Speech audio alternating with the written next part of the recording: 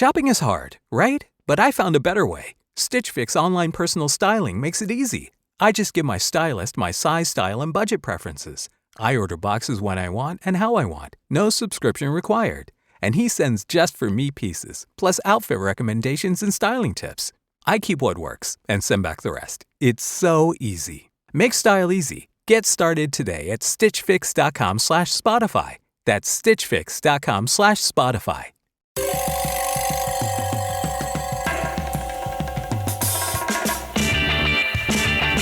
This is Cop Talk, talking crime, cases, and backing the blue.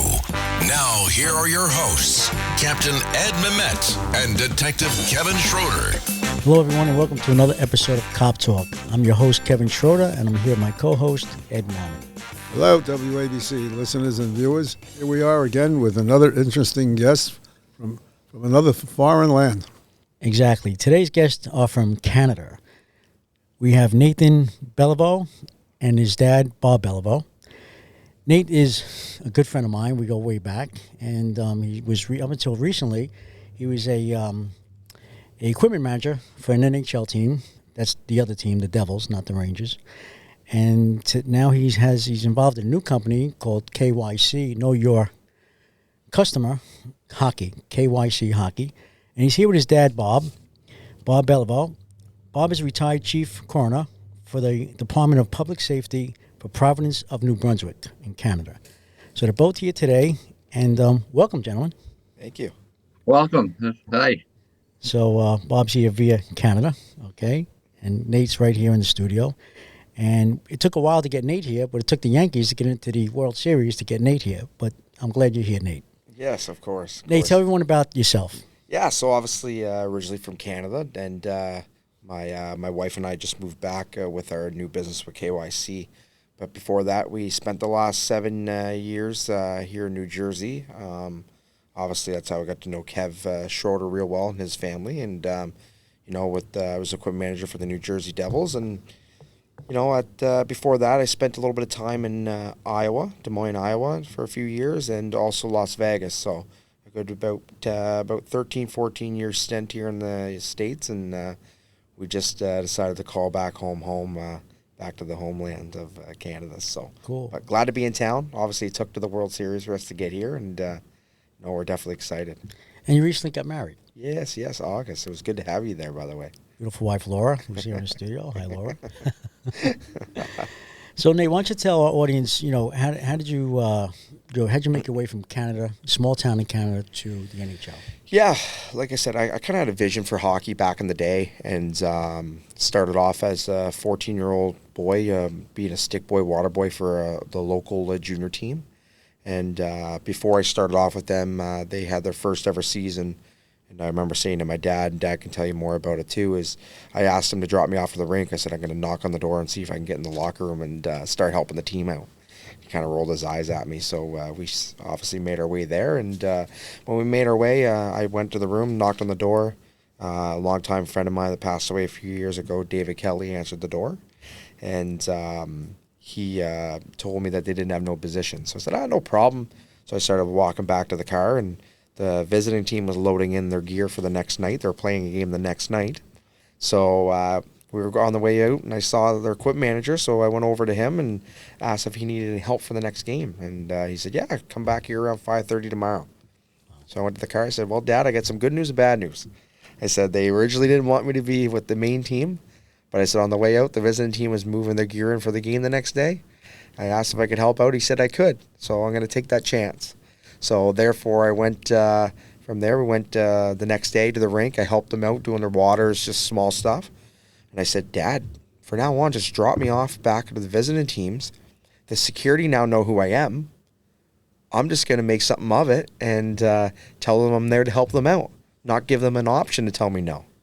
So sure enough, the next game, I went back. Security knew who I was from the game before, let me in the rink.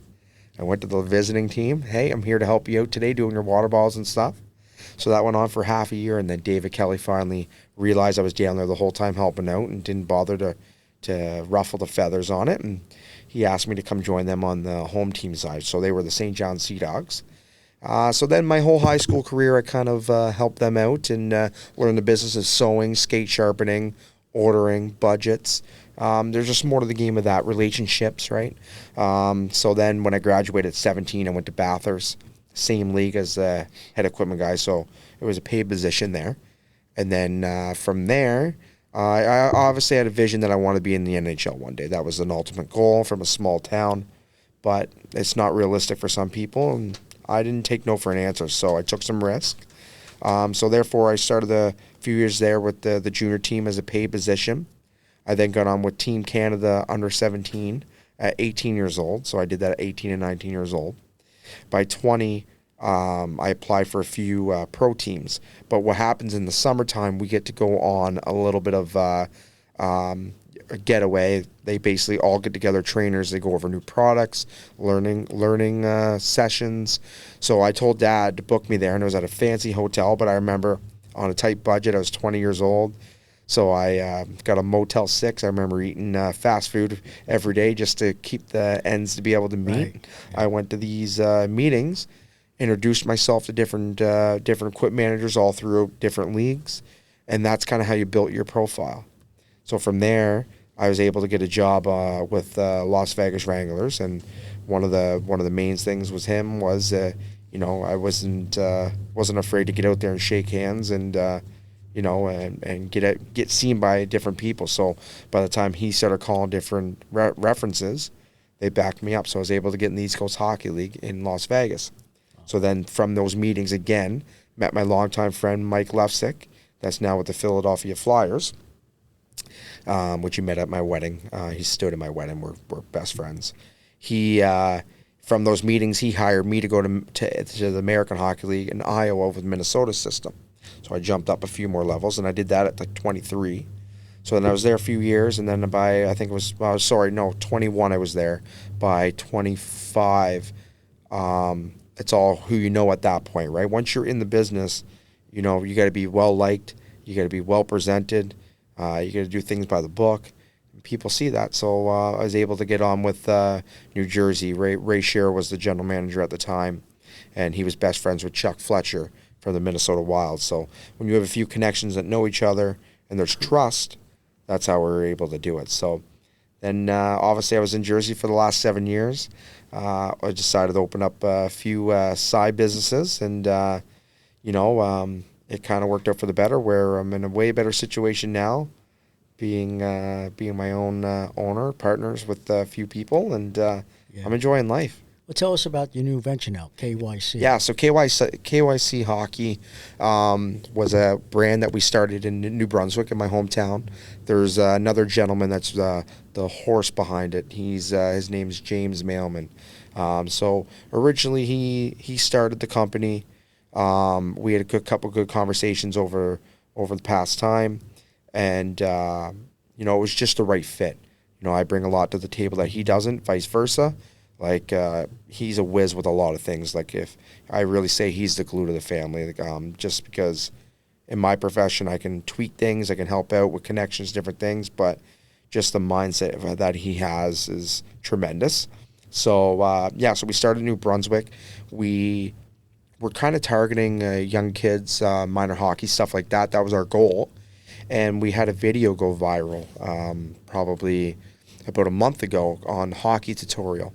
So on Hockey Tutorial, it's kind of like the Dave Portnoy pizza review, but a review for hockey gear. So a lot of people, they have a good following.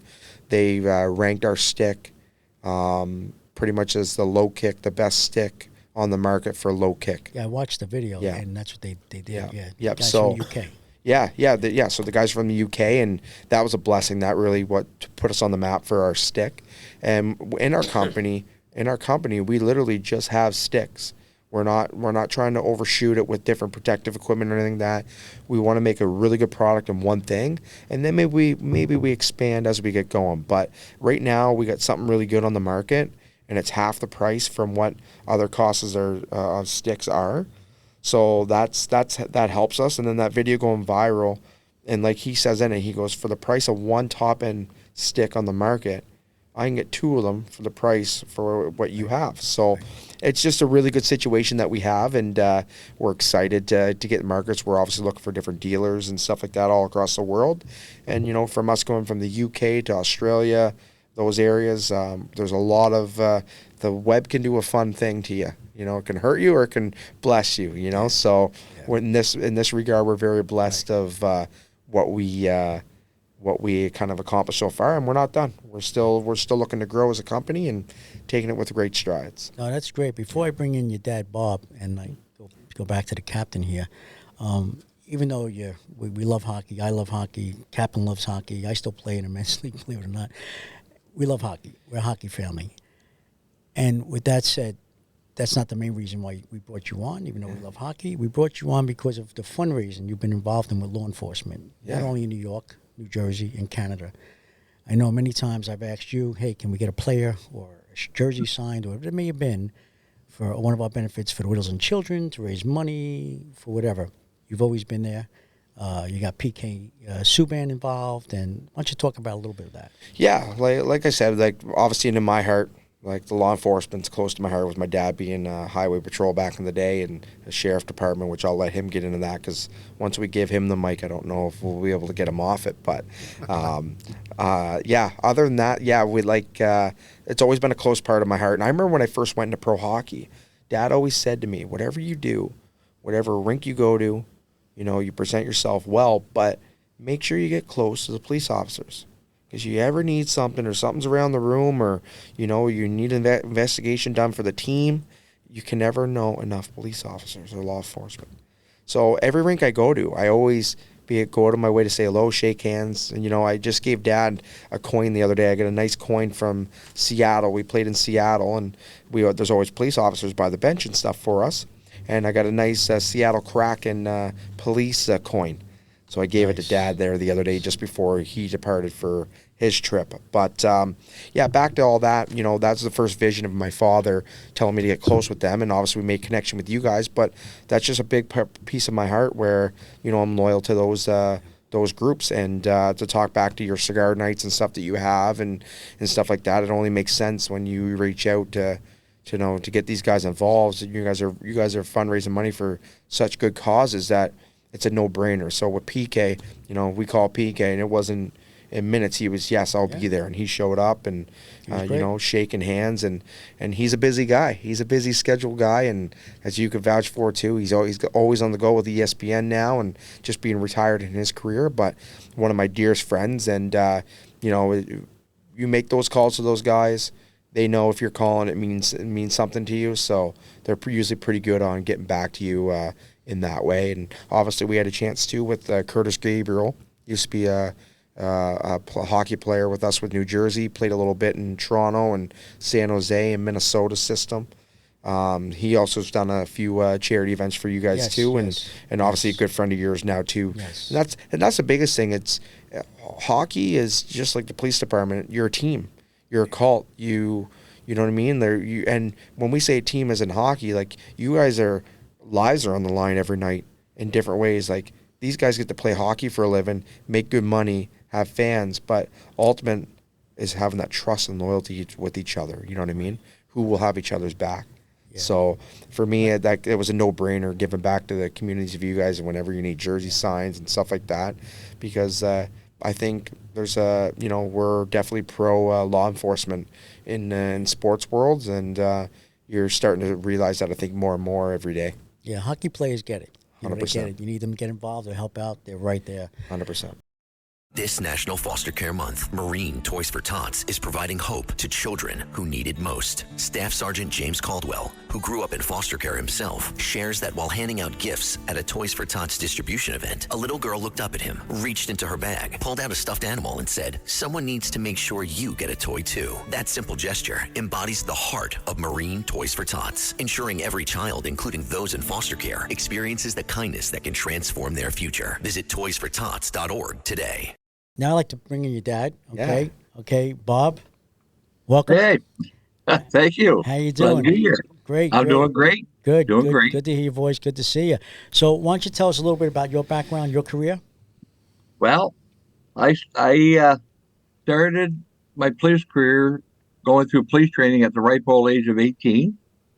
Back in the 80s, or it's actually in 79, but back in those days, it was a different world than it is now. I mean, I don't want to say we grew up more mature, but anyways, you're ready to go. We were ready to get out there because by the time I was 19, I was driving a patrol car by myself. But I think back now, at my age, I said, oh my God. But I look at the 20-year-olds now, saying, half of them are not, they don't have the maturity. But anyways, yeah, I went through police training in 1979, and I went to regular patrol in 1980. So I did 5 years patrol, doing general investigation and so forth. And then what I did in 85, I switched my career over to the New Brunswick government, which would be a state government to you guys, and I joined the Highway Patrol Division, which would be state troopers. Oh, okay. So there, I had 5 years with them, and they went through training for breathalyzer technician, and they put me through the training for up to my third level accident reconstruction training. Excuse me. And so I was there for that time. And then what happened was I transferred over to a sister division, which would be was with the sheriff coroners. The sheriffs in Canada are not like in the States where they're not, there's no political 4-year term. The sheriffs are a full-time position at all positions, and you have to have a police background, and you have to have the police college. So they're not elected. And then once with the sheriff coroner branch, then they do their 30 years there, or if they decide to leave, right? So I started with there, and I was a deputy sheriff coroner for about 10 years, doing sheriff duties and coroner duties. And I'll get into the coroner part in a little bit in a second, because again, it's a little bit different than how it's done in the States. So I was at that position for 10 years. Then I moved up to what they call high sheriff in Canada, because we're still appointed and go through the at that time was the Queen to get appointed in the Royal Gazette. And then after that, the department did a switch. The politicians, I don't know what they thought they were doing, but they split the sheriff coroner branch, and I had to make a choice either stay with the sheriff or move to the coroner. So I took a position with the coroners as what they call a regional coroner. And with the regional coroner, they put me in charge of 3 counties. The high sheriff was in charge of 1 county, and the regionals are 3 counties. So I took over the duties for the coroner side, and then I did that for the rest of my career, which is about another 20 years. Going back to I'll get into the coroners now. Same thing. They're not political appointments; they're full-time appointments. And some of our provinces in Canada have coroner systems, and some provinces are medical examiners. In New Brunswick, all the coroners that I had were all retired or police officers that transferred out to take positions as an investigator, on-scene investigators. And then what we had on staff is when I was in St. John as a regional, I would have had 4 forensic pathologists, and I had about 6 pathologists part-time with that staff, and I had a provincial forensic toxicologist. And then in my county, we dealt with 12 police agencies, and they all had 1 detective assigned to us to help us with cases. And then in Canada, we had the forensic identification section, so that we had them with us. So I did that for all the years, and I think, believe it or not, it sounds like crap, but I probably investigated close to 5,000 deaths in my 30 years. Wow. And what happened in 2019, they offered me the deputy chief's position, and I didn't want it. But then they convinced me it was better for my pension, and all I would have to do was work on updating policies, updating training, equipment, all that stuff that had been neglected for years. So I took the position, and then within 2 months, the chief was gone. I became chief.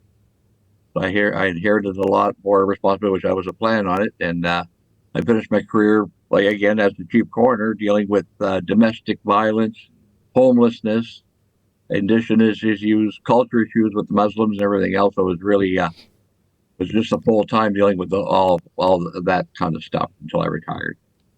Can So that's one quick thing, Bob, as your son here, can you kind of touch base just before we get too off topic with it, just the difference between the coroner in the United States and what it's like from Canada wise, so people for our listeners kind of understand the difference between them. Absolutely. Anybody that applies for the coroner's office in Canada to become a coroner have police background. They have to have investigative background, and some areas of the coroners we have full time coroners, and we have part time. So the full time guys are young police officers that are going to be with us for their career, and the part time positions that are rural are usually retired sergeants and inspectors of police background, or appointed to those communities to do coroner work with us part time. What we do is almost like a CSI.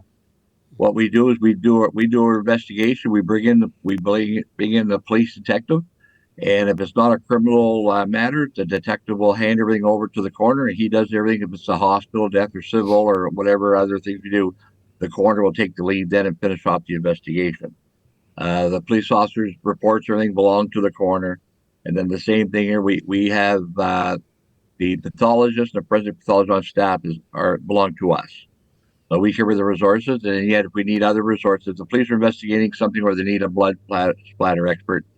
And we're a tiny province again where we're at. We're only like a million plus uh, population for our province. So some of the resources we don't have, but the uh, the police will ask us. We'll bring an expert from Central Canada to come in to do like a blood splatter expert or whatever we need to do the investigation.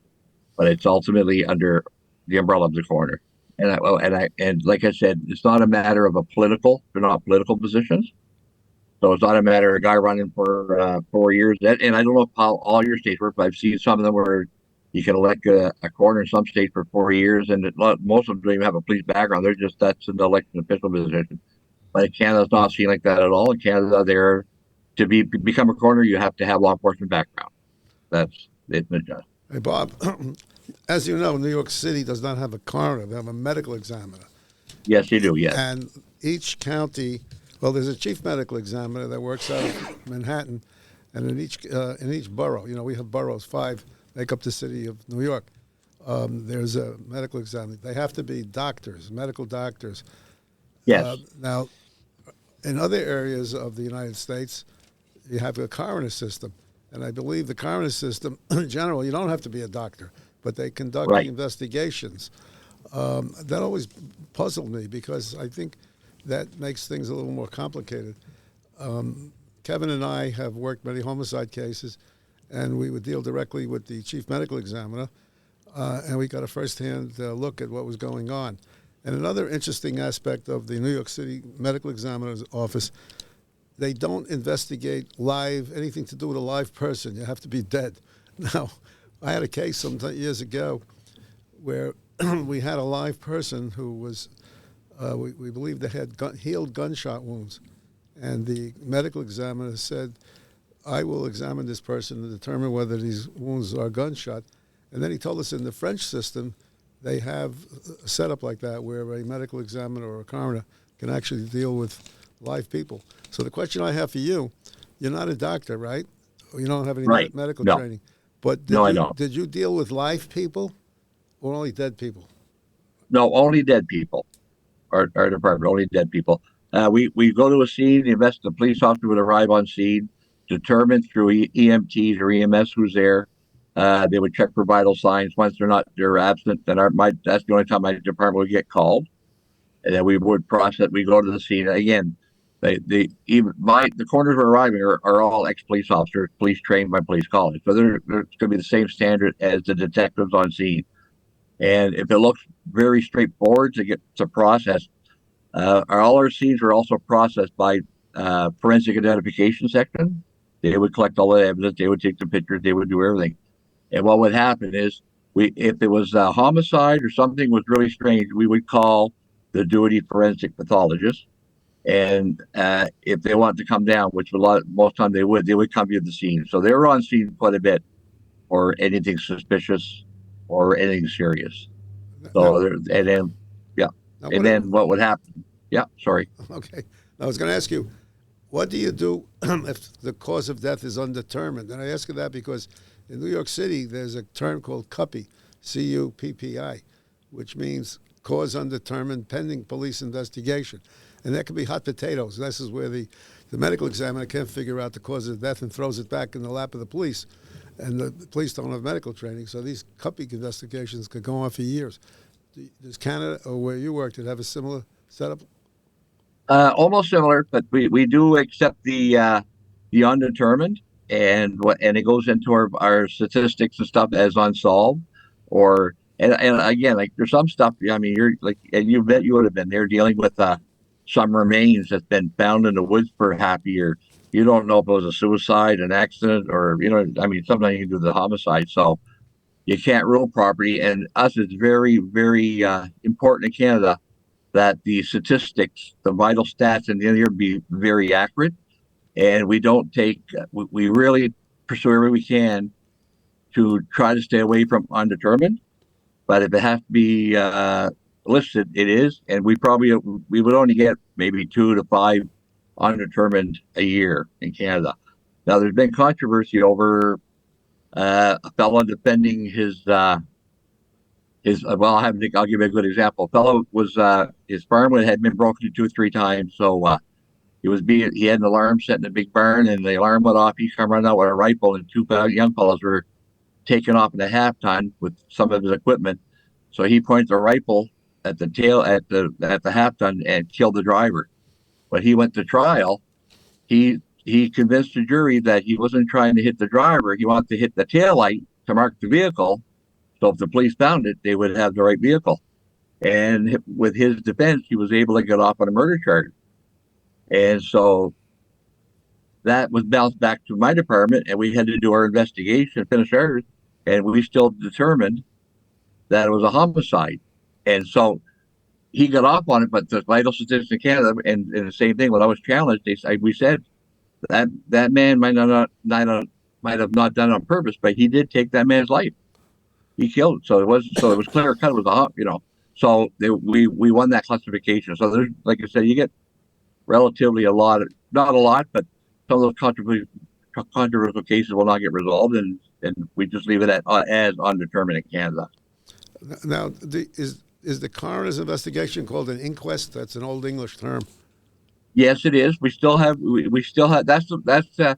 have a regular investigation. If worst comes to worst, like I said, we do have inquiries. We don't have a lot of them. Basically, we hold them when there's an issue in the community. You might have somebody that did something or didn't do something, but the word in the community was, oh, he poisoned a friend, and there's a lot of rumors. So we will have an inquiry for that, or if there's problems with some equipment, medical equipment.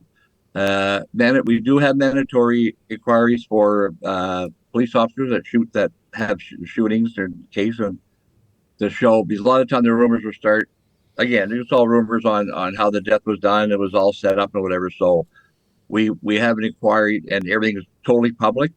So that way, when it's all resolved, the families cannot make allegations that the police was wrongfully killed somebody or a piece of equipment was wrongfully done.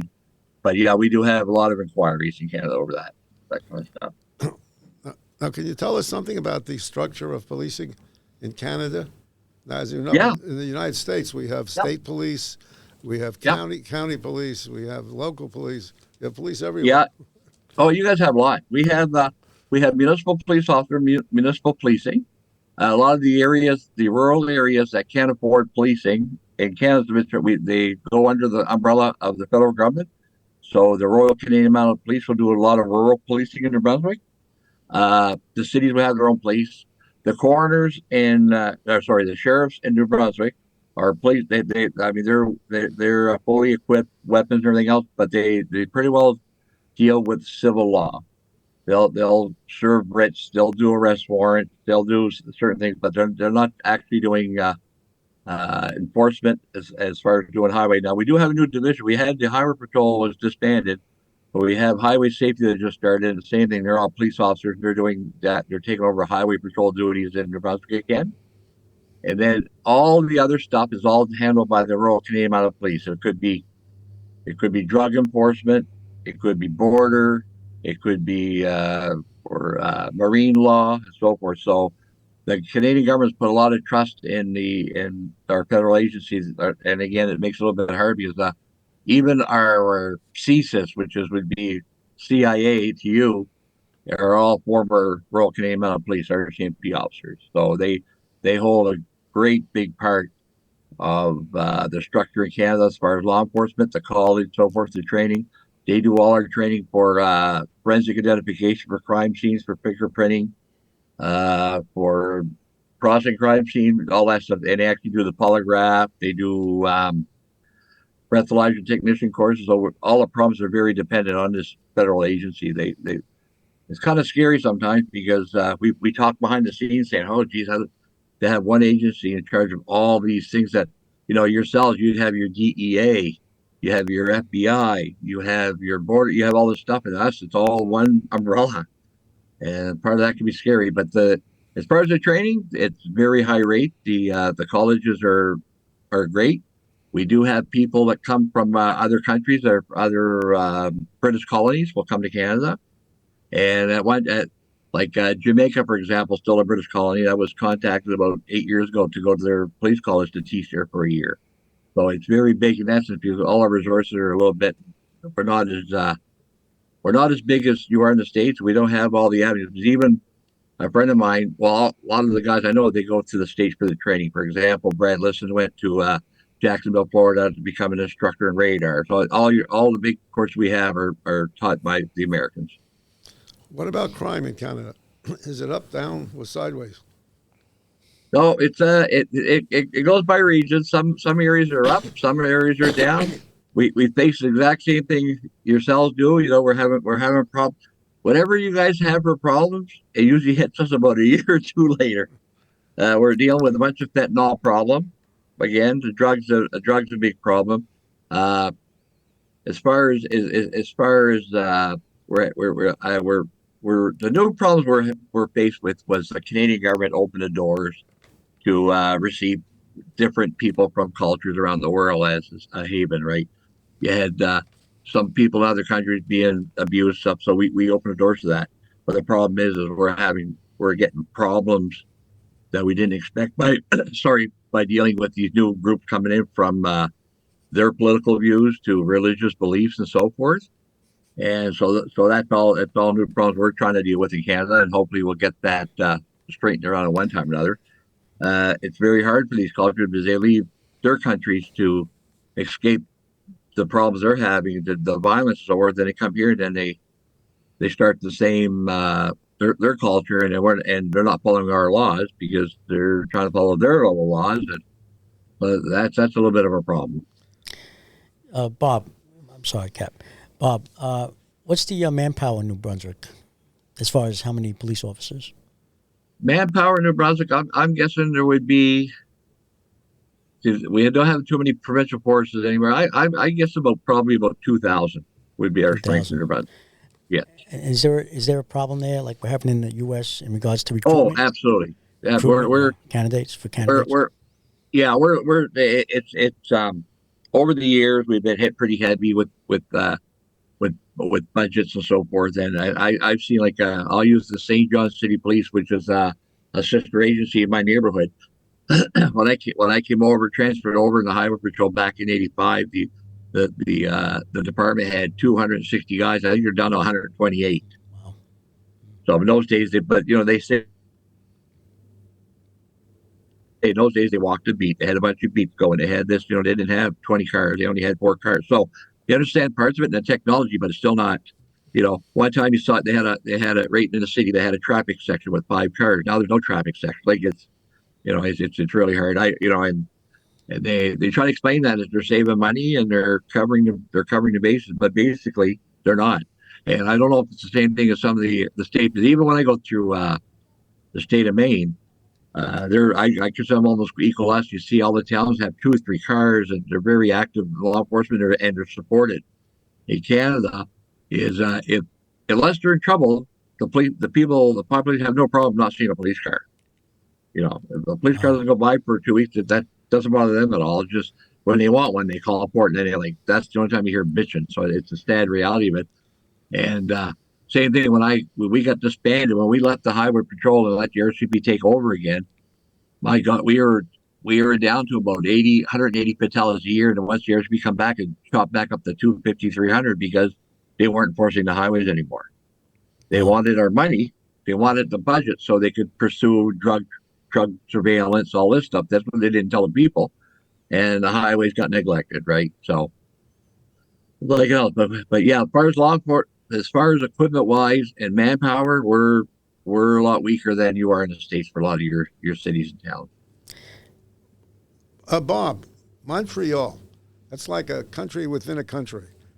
It is. Is policing different in Montreal than the rest of Canada, being that it's mostly Uh, French-speaking people?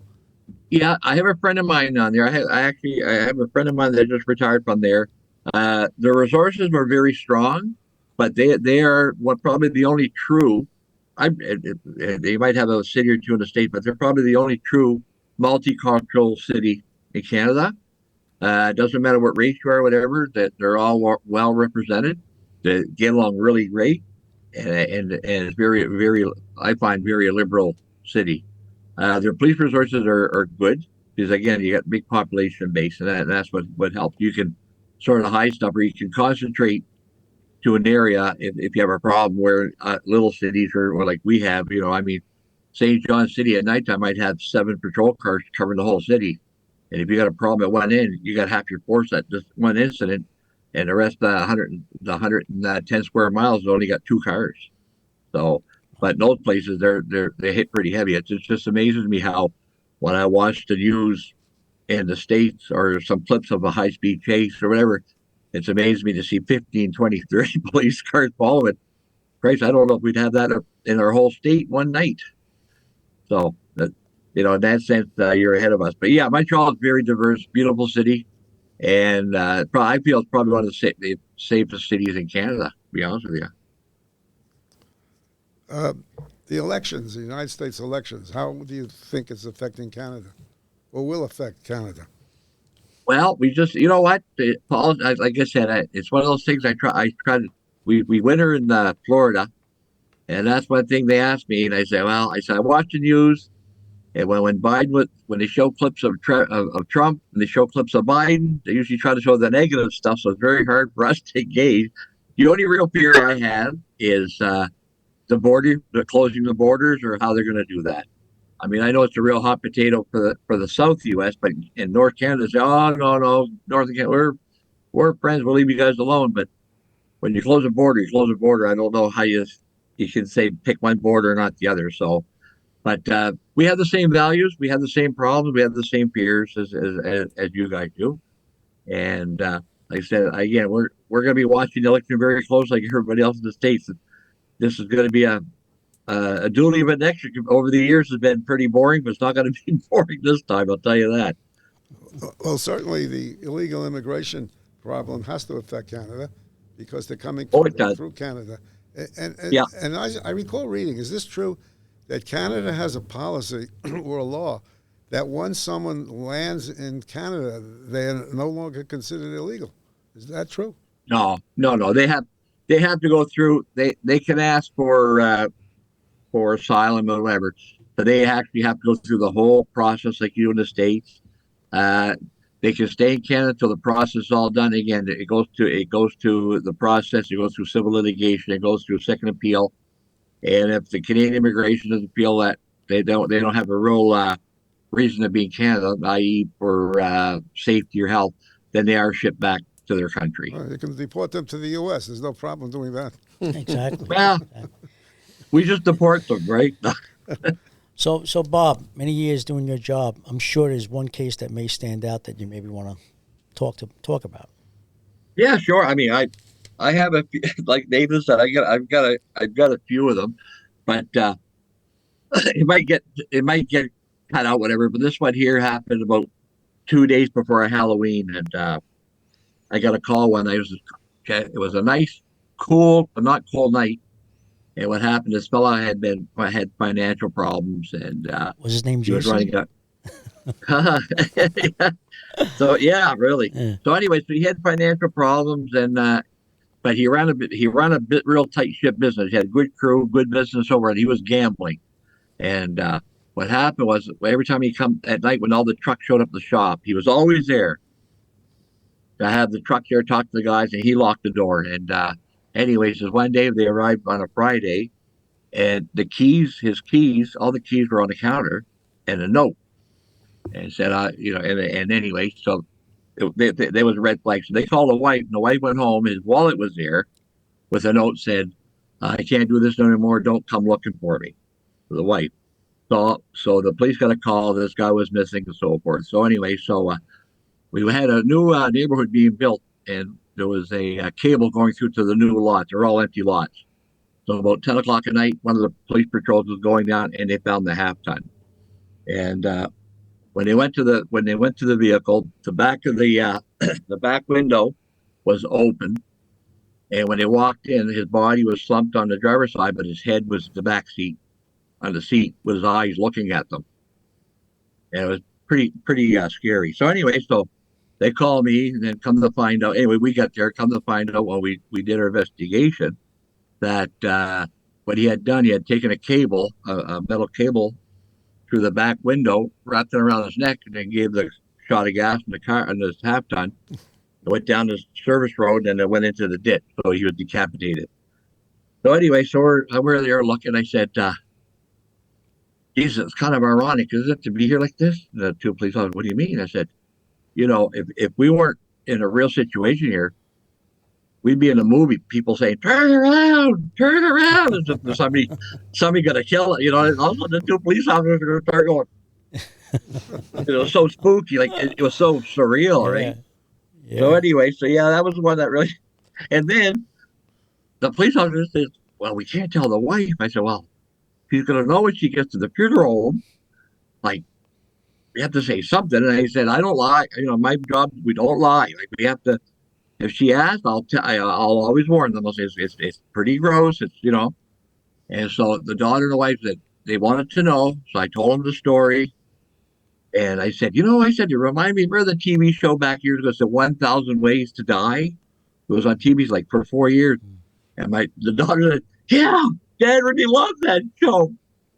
So there you go. There you go. Yeah. There you go. Wow. Hey, Ryan, that was a fast trip. It was like you teleported. Yeah, just got in. I'll get all my expenses logged, I promise. Oh, no, you're okay. SAP Concur uses advanced AI, so your expense report will practically write itself. Quite the breakthrough. It's like we've been teleported into the future. All right. So, just curious, would you give us written permission to convert your matter into energy patterns and reassemble you at, say, random travel destinations? Margaret, are you building a teleporter? No. Yes.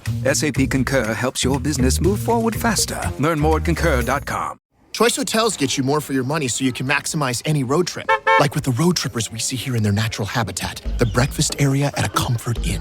Here's a dad teaching his son how to make waffles. Fluffy, golden waffles. There's a mom making sure her daughter eats some fruit to avoid the I'm hungry from the back seat. And a sibling standoff over the last muffin. This is the cycle of vacation maximizationing in all its glory. Check into more. Book direct to choicehotels.com. Now I can say it as being his son. There's been a lot of on call with him. 24 hours. You're on call for your week or two, and the sacrifices he made for us growing up. I remember, middle of a snowstorm and him getting called out in the middle of the night and gone, and the road's not even being plowed yet and stuff like that. So with accidents, and I remember bus accidents. I remember as a kid, there was. And this is me telling us as a kid perspective, but I remember about 40 minutes outside of town, there was a bus coming through with a bunch of kids on it, and it happened to go off the road, and a bunch of them were killed. And I remember Dad getting called out to that, and that being a topic for us. And I've always challenged my dad, about mental health and talking with people, and I got to say he's very not that he doesn't talk about it, but he's very level-headed with it, which I respect. And I always ask him every now and then, how you doing with it, And I always ask too, and I'll let you answer the question. But what I know the answer, but I'm going to let you tell for the audience listening. What was your hardest cases to go to? Well, some of the hardest cases was dealing with the kids. And Nathan, that's one of the cases. The actual bus was traveling to Halifax from Boston. It was a Boston bus with a musical group going to competition in Canada. And so what happened was they stopped in Calais, Maine before they crossed the border. And what happened, unbeknownst to the driver, they opened one of those back windows of the bus, like the emergency windows. And the only way that you can lock it again is to actually bring that window way up high, move your hands, and just slap it. It's got to go down heavy. If you try to lock it, it's not going to lock. So they managed to get one lock on it and not the other. And then what happened was the four of them were in the back seat of the bus, and then the bus driver was driving again at about 4 in the morning, and he missed he realized he was missing the turn to go to Halifax. So instead of doing a loop, he actually made a hard cut, and the bus went sideways. And what happened was when the bus went sideways, the back window buckled open because one of the latches was unlocked, and those four kids fell out of the bus and then were crushed by the bus. So that's kind of stuff. And again, I mean, you, Kevin, you got Captain, you guys have been to those places. You know, it's just those things, right? Yep. And you're getting there, and you got three kids your age home, then you know, but you gotta keep going, right? And another thing to just give you guys a mindset, you guys are dealing with New York City. You might deal with a lot of people that you might only see that one time and never see them again, or dealing with individuals that you don't even know who they are. Well, where we're from, Dad can tell you the amount of calls he's gone, and we've known the families. Or you go in the house and he's like, "Oh my God, Bob, good to see you. Sorry you're in the situation." So like, just put that in perspective too. Being from a smaller town in Canada, the amount of calls my father's gone to over 5,000 deaths that he's known the family. So and how much harder that would even be. You know, it's one thing to go in there, do your job, and just have a straight face on it, but to go in there, you know, and investigate somebody crying with with their loved ones and in denial too, and you know the whole family, you know the person that passed. And Dad, you could probably talk about that a little bit. The amount of calls you've gone on, where have they been like that? I'm going to hit a little bit different angle that the officers here can relate to. Is we're small. In my zone for the three counties, I personally dealt with 9 police officer suicides that I knew of them. So that's it. And I remember years ago how they said that what police suicide rate is probably the third highest in for stats per capita, and I didn't think so. And then over the years of for various reasons, alcohol abuse, drug abuse, and so forth, that so and most of them chose the worst way possible, right? The old service revolver, you know. And when you know them, then you deal with the family. We just you go through the motions, right? Your heart goes to them because they're their family, right? Yeah, here in the U.S., law enforcement, unfortunately, suicides are up. Mental health, it's a real issue, a real problem that needs to be addressed the right way, and we're working on that. Captain? Yes. I've been through this where I had an investigation of a young little girl who was my daughter's age. The child was about 7. And I was with the medical examiner during the autopsy, and she was starved to death. And I looked at that child, who looked like a rag doll. And I said to myself, I can't talk to my family about this. And that's one of the problems police have. They have nobody to talk to about these terrible things they come in contact with, except the people they work with. And I always believe that has some bearing on the suicide rate. Yeah. Oh, and you're absolutely right, because until 10, 15 years ago, with our forces, yours and ours, going to Afghanistan, these places, PTSD did not exist. You start talking about something, they tell you to shut up, or kick you out, or they'll put you on the loony. So for years, we were never encouraged to talk about this. And the only thing I have is I don't have nightmares about it. I don't dream about it. So, and same thing when I was ready to retire, they made me go through counseling and stuff. And then I remember sitting with the specialist. He said, "Oh, we got talking about cases. You got PTSD?" I said, "No, I don't." "Oh yeah," he said, "You got PTSD. You're holding it all in." I said, "Well, I don't think so." He said, "Yeah, before we retire, you're going to go through counseling." And then once I go through counseling, I realized, I had a lot of built up things, right? So, but I was lucky, I was never a violent person, so I never hacked on the kids or my wife, everybody else, and just try to be the happy guy. But yeah, you carry a lot, and I'm sure, like as yourself, but it's the same way. And I don't know how you get rid of it. But now, the only problem I'm having, and I should say I have a problem. I've been off work for 2 years, and some people say, "Oh, you should find a part-time job." And now I'm very good sitting in the palm tree reading my book, and but I can't watch bad news. I can't watch TV shows that shows abusive families with kids or whatever, I can't watch any of that stuff or I'll start crying. That'll be with me the rest of my life. Well, one way to release some stress is playing ice hockey. We don't want to get him on. We don't want to get him on skates. Maybe some softball. Maybe I can convince him. Bob, next you don't play summer. hockey? No. Back I in used the to day, play. Canadian plays hockey. I played junior A, traveled the maritime okay. before the Quebec. I did all that. Okay. I did. I tried to stop Nathan from being a goalie, but it didn't work. Yeah, it didn't get me too far because I ended up being a trainer. So yeah, it's funny when I was growing up in the city. A few blocks from Madison Square Garden. Of course, I'm a Ranger fan, New York Knicks fan as well. Yeah. And I remember you saying I telling one of my uncles, "Yeah, I want to be in the NHL, play for the Rangers," and he said, "Forget it, kid. You're not from Canada." It was all Canadians then, Yes. The 70s, Kev and I just recently became friends again. Since my exit out of hockey. When it was summertime, we could hang out and have some laughs. But it was wintertime. There was a big rivalry between the Rangers and Devils. We didn't talk too much in season. But when the season was out, we sure enough got together. Unless you were going to help us out with a fundraiser. Yes, of course. For NYPD or Newark Police Department. And you see it too, right? Like when and obviously it's a touchy subject for people around here, and you guys experienced it. I remember as a kid when 9/11 happened, I remember getting sent home from school that day, and that's us in Canada, and going home, and me and my dad and them sitting there in the news. I remember it like a day, sitting there watching the news, watching the buildings and watching them come down.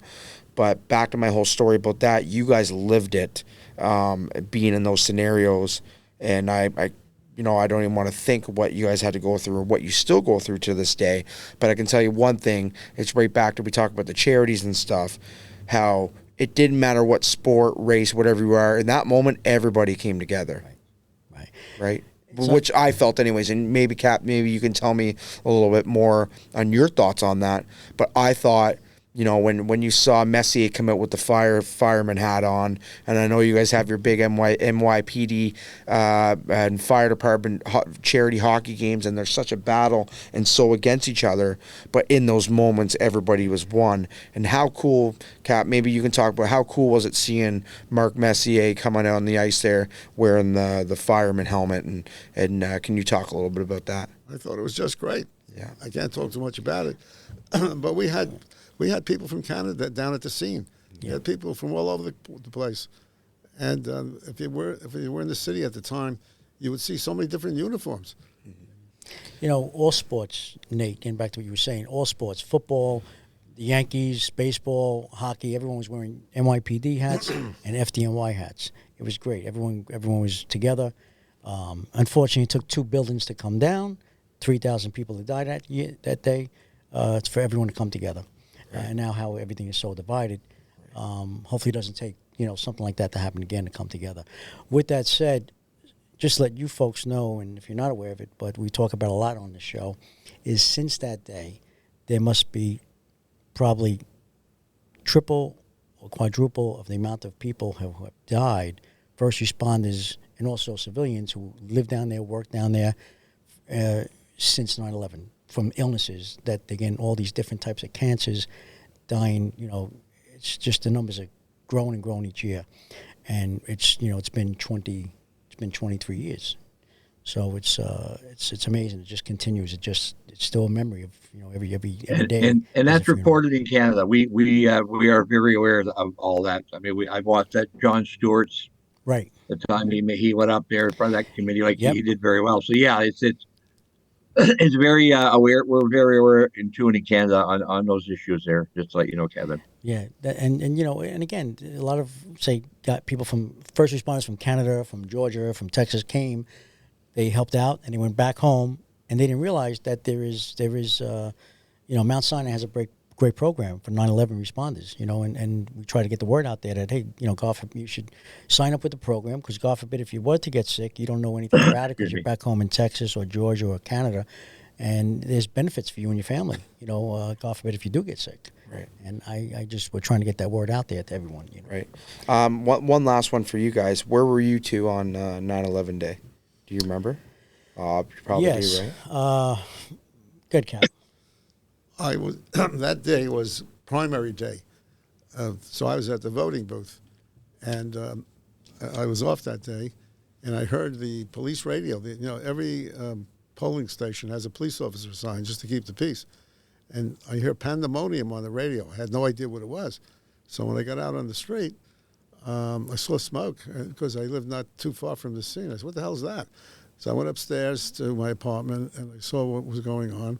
And I went down there that night to assist, and I wound up spending about 3 weeks. I was already retired, and I went as a retiree, spending about 3 weeks down there. I was involved in the feeding program, getting food out to the workers, on the so-called pile. Wow. 3 weeks straight. And I do have some residual problems from that. Yeah. I think everybody that was down there, no matter how you try to protect yourself, you picked up something. I was wearing a mask, and I still wound up with GERD and sleep apnea and some other a couple of skin problems. Kevin also has some problems too, I think. Wow. Right, Kev? Yeah, thank God, minor problems, but I do. But I'm signed up with the program, so that's good. And that's what I recommend to everyone who's down there, whether you live down there, work down there, was down there that day, or even 6 months later. Getting back to your question, yeah. So, 9/11, it was primary day. I was off duty. I was working on a campaign because that day was primary day. And I guess it was about maybe 7:30, 7:45 in the morning. I'm heading home, and as I was driving home is when I found out the building's plane hit the building. And I didn't think it was an accident. I really, not to be a Monday morning quarterback, but I really believe that, we could have a problem here. I got home, and my wife, Heidi, who's a nurse, Mackenzie, my daughter, was just born. She was born in June. She was 3 months old. And I says, I'm going to have to go back in. Now, at that time, cell phones going off, the house phones going off, the beepers going off to say, hey, you got to come back in. Well, you didn't have to tell us to come back in. We're coming back in. And I made sure Heidi was safe, secure, because she wanted to go to the hospital. She worked at Columbia Press. She wanted to go to the hospital and, help her out there. And I said, no, you let me go. You stay with the family. I went back into the city, and as the captain said, I probably got back in there after about 3 hours maybe 2 or 3 hours after the towers fell. And what they were doing is the GW Bridge. I was living upstate. I had to come over to GW. Port Authority police, every 30 minutes, they would take all the first responders over the bridge because they were afraid maybe the bridge would get hit. So they weren't just having everyone just come over the bridge at one time. It was like every 20 minutes or so, 25 minutes, a group would go over.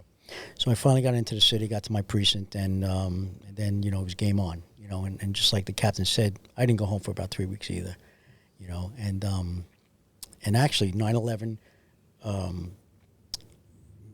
June, July, about 3 or 4 months earlier, May of 2001, Midtown North Precinct, where I worked as a detective, we caught the Carnegie Deli homicide, which was a pretty famous case worldwide, got news coverage worldwide. And so we worked, 3 months straight on that, and then we got about a 4-week break, and the next thing you know, 9/11 hits. So it was like a crazy year. But yeah, just like the captain said, we weren't going home. That's where we were. Crazy. So anyway, first of all, I'm sorry, Captain. Rank has its privileges, so you go, Captain. I'm only a detective here. Yeah, but he's the boss. All right. We know who the real boss is. He's the host, and I'm the co-host, regardless of my rank. Anyway, we're wrapping it up because we're running out of time. But I think this was a great interview. Yeah, that was great. I learned more about Canada than I ever did before, especially the coroner versus the ME system. So, Nate, KYC. KYC hockey. KYC hockey. Why don't you tell everyone how if they'd like to, go to your website or whatever, how to get do that? KYC hockey. Obviously, we're on the internet. We're shipping worldwide to people all across the states, to Canada, to Europe. And sticks obviously are very good that way too with different promos that we can do. And actually, let me pull up my phone. Maybe I'll give the listeners a little discount code. Oh, sure. And they can maybe go on and purchase a stick. I'll give them a little 15% off. So nice. If you listen quickly and clear, this is going to be your discount code. So it's D for Derek, E for Eric. So Derek and Eric, right? Q for Queen, T for Tom, C for Chris, M for Mike, 2. Like the number 2. And that will give you 15% off. So if you feel free, if you play hockey or anything like that, or if you want to pre-order for your kids for some of our junior intermediate sticks coming available here in the oncoming months. Yeah, like I said, our whole vision is to give back to the hockey community and being able to make it affordable. Hockey with some of these bigger market companies now is starting to get away from that. You know, you're talking. It's like if you don't have money anymore, you get it. You got kids that play hockey. Right. You cannot play hockey if you don't have money in the family. You cannot. That's just where it's going to now. Well, work 3 jobs like I always did. Well, and overtime. Exactly. How do you work that's overtime? That's dad. That's dad growing up. All the overtime money went to our hockey, and you know what? And I look back at it, and that's my vision: is giving back affordable equipment and having like top rate on it too, which is a win both ways. So that's our vision: is just giving back affordable hockey. Great. And now your wife, who's here, Laura, she's a nurse, so she's the first responder. Laura, she's come a nurse. say hello. Come say hello to our listeners. You're on. They love nurses. You're on. Come sit on my lap, and you can put the headphones on. Laura, welcome. Hi. Okay. So you guys are going to the game? Yeah. Okay, great. That's good. You need Mike. So I'd like to thank Nate, and Bob, his dad. Thank you for coming on our show. The real Bob. Thanks for having me. Nate and Bob Belliveau. Bob Belliveau, yeah. And, I'd like to thank everyone for being here. Laura, welcome. Go Yankees. Hopefully they win tonight. And they take 3 here and maybe 1 more in L.A. and wrap it up. Until next time, I'd like to thank everyone for listening. If you like what you hear, you could subscribe to our show. Also, you can listen to us on X at Cop Talk WABC. That's at Cop Talk WABC. Until next time, God bless you. God bless America. God bless Canada. God bless law enforcement throughout the world. And you can also view this session on YouTube. Thank you, Cap. I appreciate that. As I said, Rank has its privileges. I'm sorry about that. Thank you very much for listening. Until next time, be safe.